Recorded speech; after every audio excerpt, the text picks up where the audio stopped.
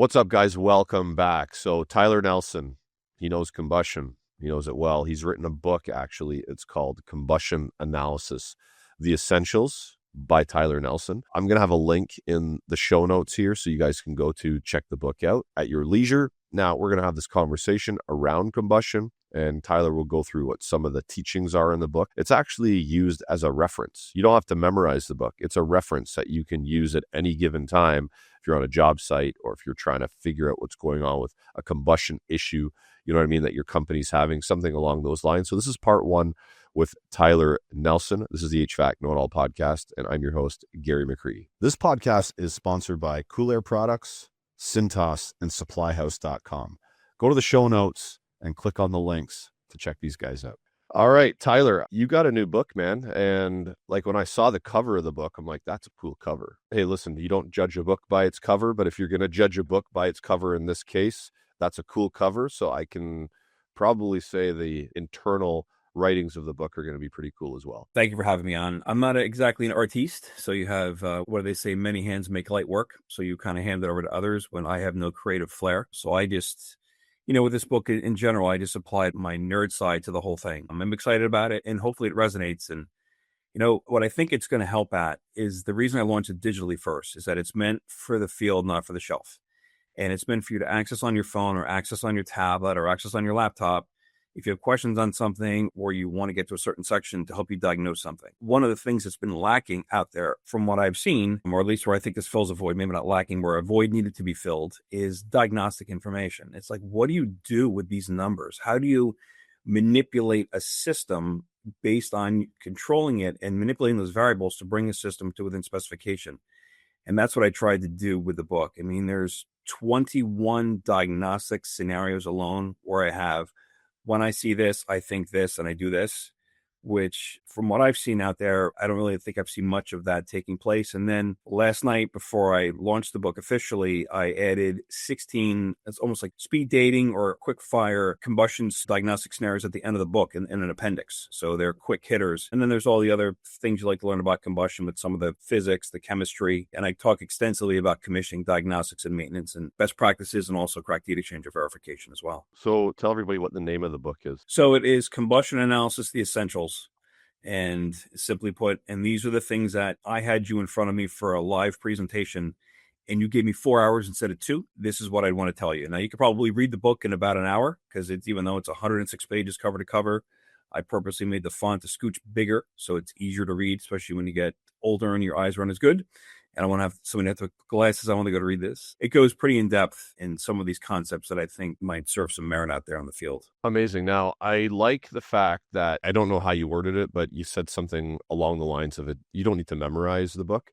So it's like a reference book. And I hate to, as we get older, obviously, we gain one new piece of knowledge and then something that we learned previously kind of goes, right? Our brains are at capacity. So for me, I love to have resources as well that I can always go back to, because I don't remember everything. So having a resource, knowing that it's there, going back to it and being able to understand what you read, that's the important part. A resource is a resource, but if you don't understand what you're reading, then it's not much of a resource. So you really need to get down to the basics, understand the basics of whatever it is, and this is combustion. So if you don't understand the simple basics of combustion, then reading that reference material may not make any sense to you. So let's get to the basics, understand those, and then that reference material, it'll be like gold for you. It'll be like hitting a home run every time you're up against a problem. You just reference it.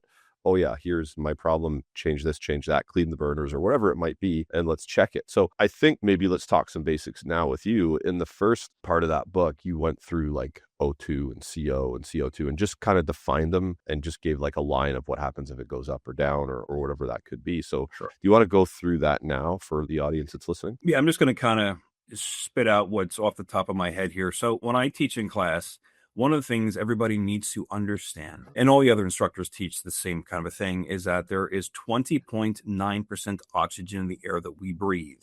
The other 78% of that is, because people think we have 100% oxygen and we don't. It's 20.9 in the air that we breathe, but it's also 20.9% oxygen in the way that your systems we're working on are receiving its oxygen. So they want 20.9 just like our bodies require it. Otherwise, they can't function correctly.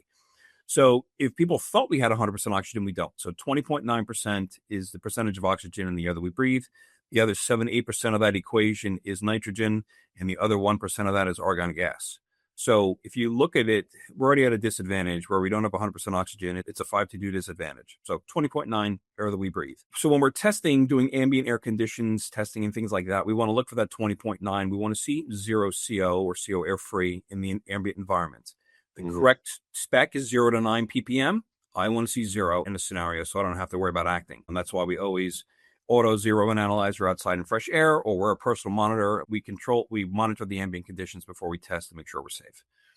So then when we start testing, Gary, you're going to see those conditions change. So you're going to see, when we first have light off, you're going to see your oxygen plummet.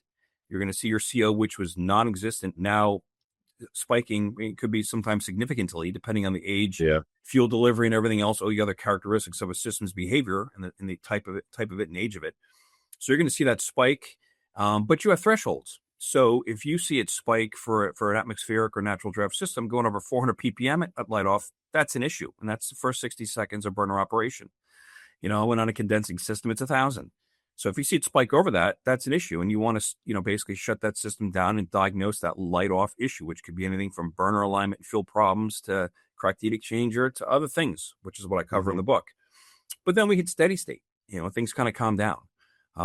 We back ourselves down to between 4 and 7% oxygen, depending on the system, 0 to 35 ppm CO air free. And then we have CO2 in there. So CO2 is contingent on some things. So we have to make sure in our analyzer that we select the correct fuel. Every fuel has a coefficient assigned to it.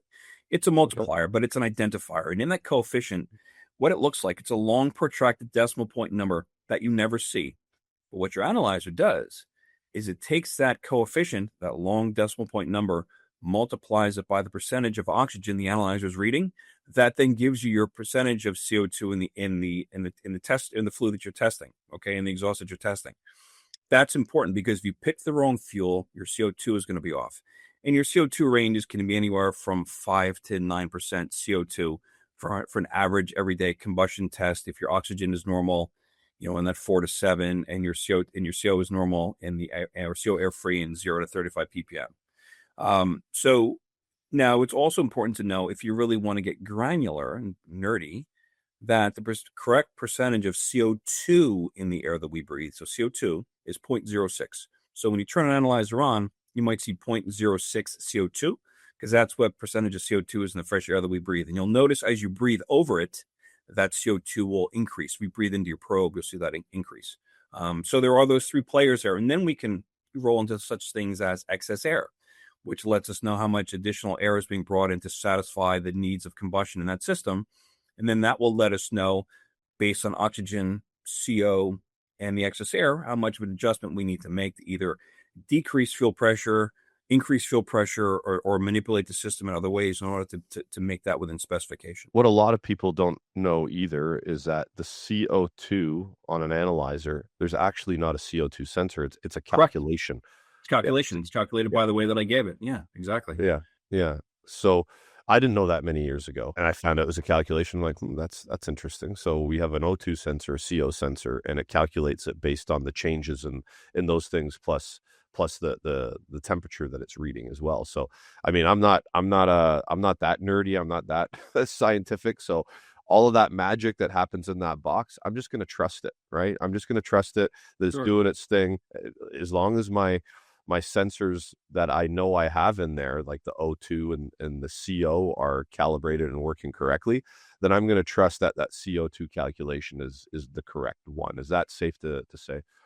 That is safe to say. And so in baked into that coefficient that we use to multiply against oxygen to give you the CO2 value are the chemical properties of that fuel and the BTU content of that fuel. So for example, if we want to reverse engineer this to a degree, as new biofuels come into the market, what happens is they're reverse engineered, meaning they're broken down into their components. And they could be very similar to other biofuels out there in the way that they react, but they're also unique in their own signature. So that's why you might find a coefficient for one biofuel compared to another biofuel being very, very close, but not the same number, because they are different in their in their overall characteristics. So that's when a new biofuel is introduced, it's handed over to the chemist out there. They create the new coefficient. The new coefficient is put into the analyzer, and then when we go to test, or anybody goes to test, your CO2 will come out correctly. So again, wrong fuel selected, meaning we'll give you wrong CO2 value and also wrong efficiency, and other things will be misaligned as well. So we want to make sure that we're selecting the correct fuel on there, which some people don't teach, but I teach that in the classes as well. Yeah, yes, correct. Fuel's super important for sure. Now, I know a lot of people can get they get sort of messed up a little bit when they're working on modulating systems, because modulating systems, like depending on the turn down and how low the gas pressure can be in the manifold. I mean, we can get super low on some pieces of equipment. The combustion readings may look weird and strange when it's actually down at low fire, and that's why a lot of modulating systems, they require, like at startup, they require a low fire, sometimes medium fire or mid fire, and then a high fire reading to make sure they're all in line with each other. So you should do. Yes. So I mean, is that something we can go through quickly? Is just typical things we might see: low fire, mid fire, high fire? Yeah. Well, on obviously on high fire, if we're going to go backwards, let's kind of work backwards a little bit. You're obviously going to see higher amounts of CO. You're going to see north of a 400 ppm on what you're going to see in that condition, or around 400 ppm or higher. So your oxygen is going to usually be lower, obviously, and your CO is going to be higher.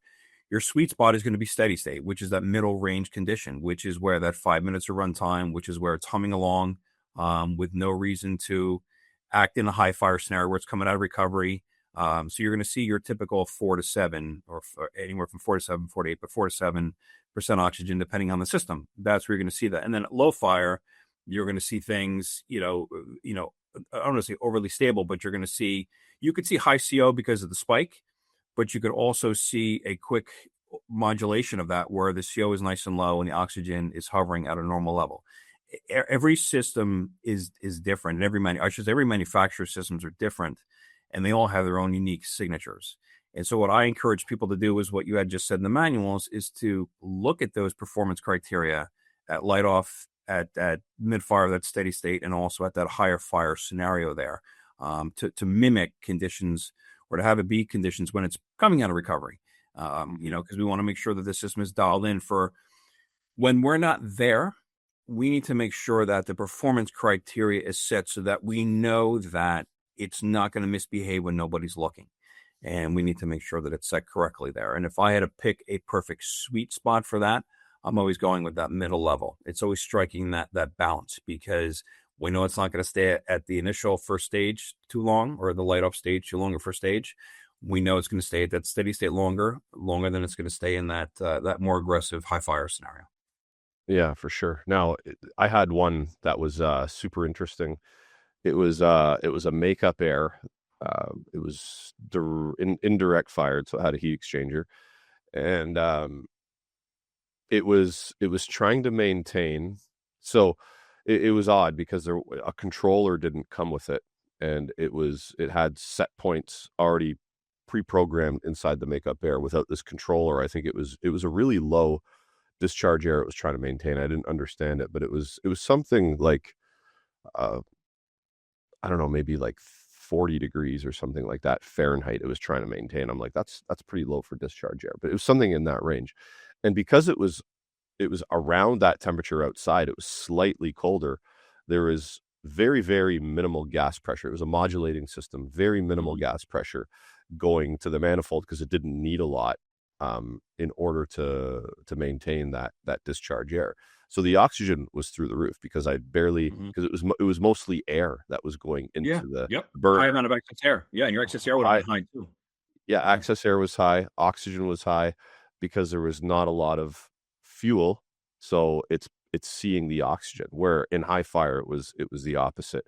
Mhm. If we were to put it in, I couldn't get this one into high fire because there was no way to control it, but it would be the Mhm. opposite. As we put it into high fire, more fuel, you'd see the O2 starting to drop off. So it's interesting to watch high fire and low fire when your oxygen goes high and low and then back to a normal sort of reading that you would normally see when it gets to high fire. Agreed. And what you also need to look at too is when it first lights off, you have to give it a chance to get past that sweet spot of light off and actually look at it at that first stage, because that oxygen will go higher. But at that initial light off phase, a lot of times you're going to see that CO spike and then oxygen be very, very low because you're seeing it plummet. You need to settle yourself a little bit, have some patience with it. When it's finally in that normal first stage running or that low stage running, that's when you're going to see that higher oxygen level. And again, you have to, you want to look at those three phases and make sure you're dialing in correctly. Another thing Mhm. too that I think it's missed, it's a very simple inverse relationship. When stack temp is high, efficiency is lower. Take, for example, condensing systems. Very low stack temp, 100 to 120 usually, or 90 to 120, depending on the system. High efficiency. Older systems, higher stack temp, 300, 350, 370, lower efficiencies. So higher stack temp, lower efficiencies, 80 to 82, 78 to 84.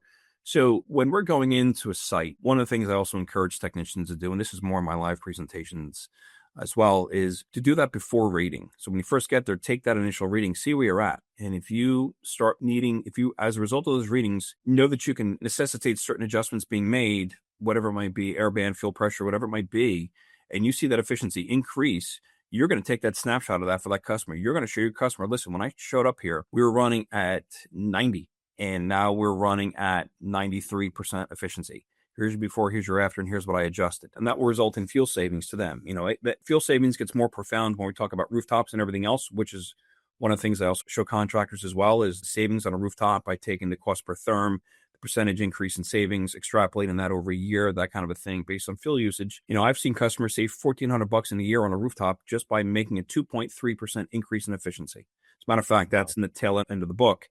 I have two little footnotes there at the end besides the appendix, where I cover commercial boilers and I cover rooftop units. And this one's on a commercial boiler where at the burner controls, you make adjustments and you brought it to within better specification. You made some tweaks. We increased the efficiency 2.3%, which resulted in a $1,400 savings on the cost of therms. That was back in 2021. So it can be done. And it's an interesting side of this thing. So depending on how granular one wants to get, you could probably tell with the book and with all the other trainers out there, for example, NCI, best trainers in the industry, bar none by far. Jim Bergman, one of the best out there as well. He just doesn't train like the inside trainers do because of Measure Quick, but he's beyond exceptional. This is now becoming a thinking person's game. It is no longer push-pull. I pick things up, I put them down. You now have to think, which is one of the cornerstones of how you've become so popular, is that you're a thinking person's tech. These guys aren't going to you to learn how to turn a wrench. They're coming to you to think better. This is where this is going. It's necessitated our conversations to this point. And this is where this is all going. So the better we can think and the better we can deduce, I think the better off we're going to be as an industry. And that's what's becoming. So now it's on brand and on trend to think better. And I actually mentioned that in the book, that it's okay to be smart. And there's no shame in that. It's okay to be bright. It's okay.